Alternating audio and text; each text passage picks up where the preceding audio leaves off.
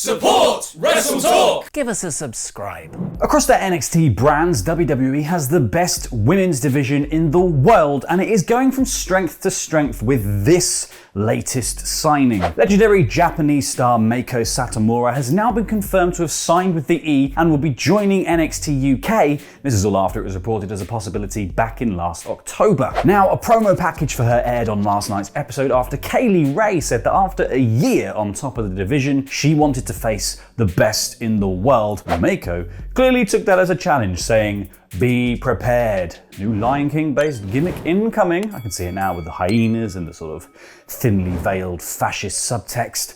Lovely. Triple H took to Twitter to react to the news, calling the signing an absolute game changer. Of course, you can never really be sure if he's referring to himself in the third person when he says that. Satomura had a really brief appearance in WWE during the Mae Young Classic back in 2018 and then returned to the independent circuit and Sendai Girls Pro Wrestling, where she will reportedly retain her role as president. Now, this new position at WWE is as both a player and a coach, so expect all of the NXT UK women to be kicking each other in the head for the next 6 months. Obviously, signing overseas talent if your company's in the UK or the US is tricky business given the current state of the universe. And the thing with stars from overseas is just like taking veg into Australia, customs, they're just not having it, mate. That wasn't really an Australian accent. So with the Rumble looming, you'd think WWE would be looking to fly folks in from all over the world in order to pad that 60 spaces worth of surprises, especially on the women's side, because unless they include all of NXT, they just don't have the numbers. So it's interesting that PW Insider have confirmed that WWE has filed a lawsuit against US Citizenship and Immigration Services in the District of Connecticut. Immigration attorney Martine G. Cuomo filed the suit on behalf of the company. Now, Cuomo is a partner at Fragomen,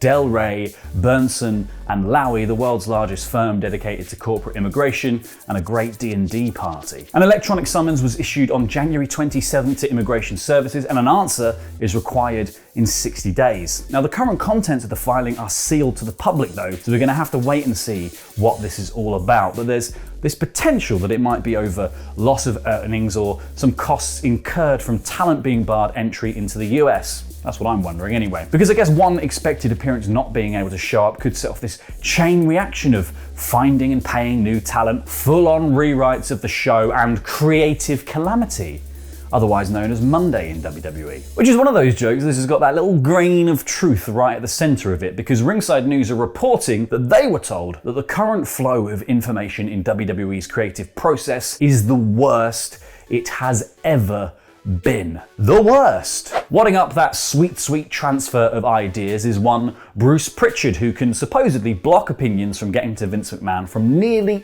everyone, except a small group of names who I'm guessing kind of maybe just have his phone number? Got his Hotmail address? That group includes Stephanie McMahon and Triple H, who I'm assuming just ask him questions at family dues, Kevin Dunn, Roman Reigns and Paul Heyman, and Daniel Bryan. Now, I'm not exactly sure how Pritchard is gatekeeping opinions from reaching Vince, and to be honest, I would love to know, because as someone who works on the internet, it could be a really handy anti-troll skill. But saying that, I think that the last few years of WWE programming have shown that you don't want to be creating an echo chamber around the boss, especially a boss who thinks that all of his ideas are the best. And yes, I do think the big F off button that makes the crowd cheer that they use in the Thunderdome cannot be helping with that. But credit where credit's due, WWE have managed to listen to Roman and Bryan recently, who have managed to come up with gold. Roman Reigns with the whole tribal chief thing, and Bryan working with Nakamura and Cesaro. And considering the kind of outcry from the public about these specific storylines, you would hope that WWE would think maybe we should give the talent more control over what the talent does. I don't know. Speaking of Daniel Bryan, with only a couple of days to go to the Royal Rumble, he is still top of the betting odds to win the men's match this year, which I would like, because then I could win the championship. Bianca Belair is also top of the women's list too, which I would also like, because then I could win the championship. But just 3 days from the event, other odds have begun to shift, which could indicate that rumours and reports are coming out of backstage about supposed plans, or these are just gut feelings from the betting companies, because betting involves a lot of gut feelings, so I'm told. I'm probably not doing it right. I've never won any money. Because after it was announced on Raw that the Rated R Superstar is back and entering the Men's Rumble, Edge shot up to the second best odds to win. And over on the women's side, Alexa Bliss, who's now impervious to damage because she's possessed or emo or whatever it is, hopped up the rankings to number 2 too. Following her was Rhea Ripley and Charlotte Flair, who are very close behind. Now, depending on how accurate these betting odds are, there's every chance that WWE is just gonna change the booking at the last minute in an effort to swerve fans and keep up the level of surprise. And according to some reports, that is heavily being considered, and they are having a 6-hour rehearsal on Saturday, so it could all be switched around then. So I guess now is the time to start saying, I heard Goldberg was going to win the whole thing, within earshot of WWE, in the hopes that they swerve on the swerve and go back to Daniel Bryan. So with Rhea Ripley now third favourite to win the Women's Royal Rumble, you wonder why? It might be because she's supposedly already on the main roster. While discussing Rhea Ripley's status for the Royal Rumble, Dave Meltzer said that she was already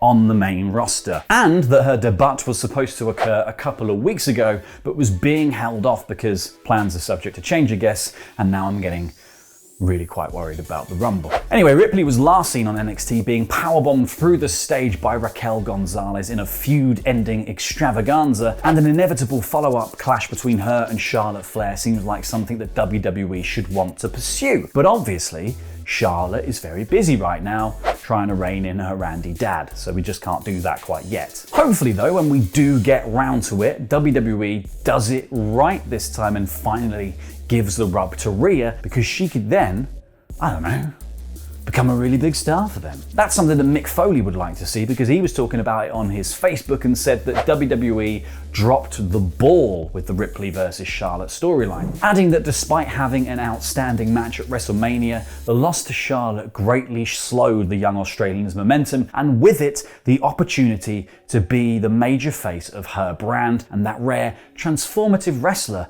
who can attract new fans to the product. Which is kind of what Charlotte was meant to do when she went to NXT, which was attract new fans to that product. But yeah, sure, she managed to grow the viewing figures ever so slightly. It wasn't exactly a lasting effect, and because she didn't put over any new stars while she was there, the viewers just didn't stick around. Now, Foley summed up WWE's problem with Flair when talking about the Ripley match, saying Charlotte Flair is already one of the greatest performers in WWE and wrestling history, but she simply did not need that victory at WrestleMania.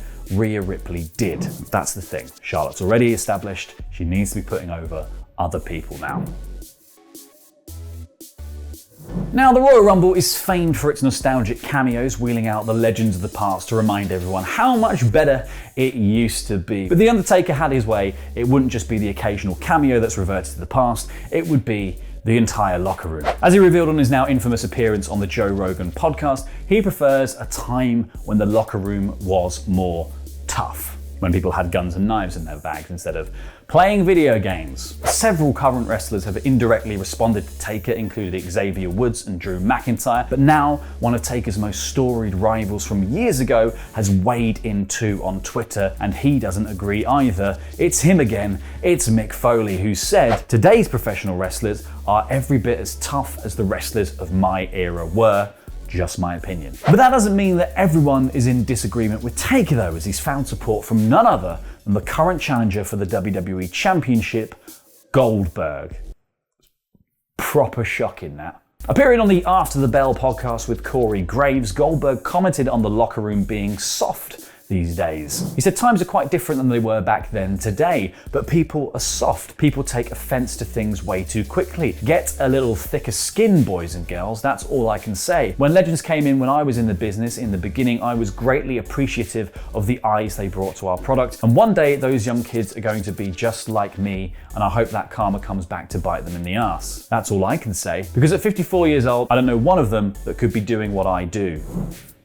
Humble as ever, Bill. But instead of the separation of old and new, what about just combining them into one team? The team of Ricochet and Jeff Hardy, who lost to Jackson Ryker and Elias on Main Event, to which Ricochet seemed to be a bit chipper about the situation, tweeting, "Say what you all want about Main Event, but if I want to tag with Jeff Hardy and do my own version of Poetry in Motion with him, that's cool with me." Before following up with, "Hey Jeff Hardy, maybe we should go after those tag titles." But that that would be betraying Jeff Hardy's true tag team partner, the one who he's forged a legacy with, and that will be felt for many generations. I'm talking about the Hardy Bros, the tag team that WWE saw enough potential in to trademark the name. And finally today, let's take a little look at the viewership numbers for Wednesday night, as NXT and AEW were remarkably close in the figures. Dynamite managed to score an average of 734,000 viewers, while NXT managed 720,000. Interestingly, while NXT won the usual demographic of 50+,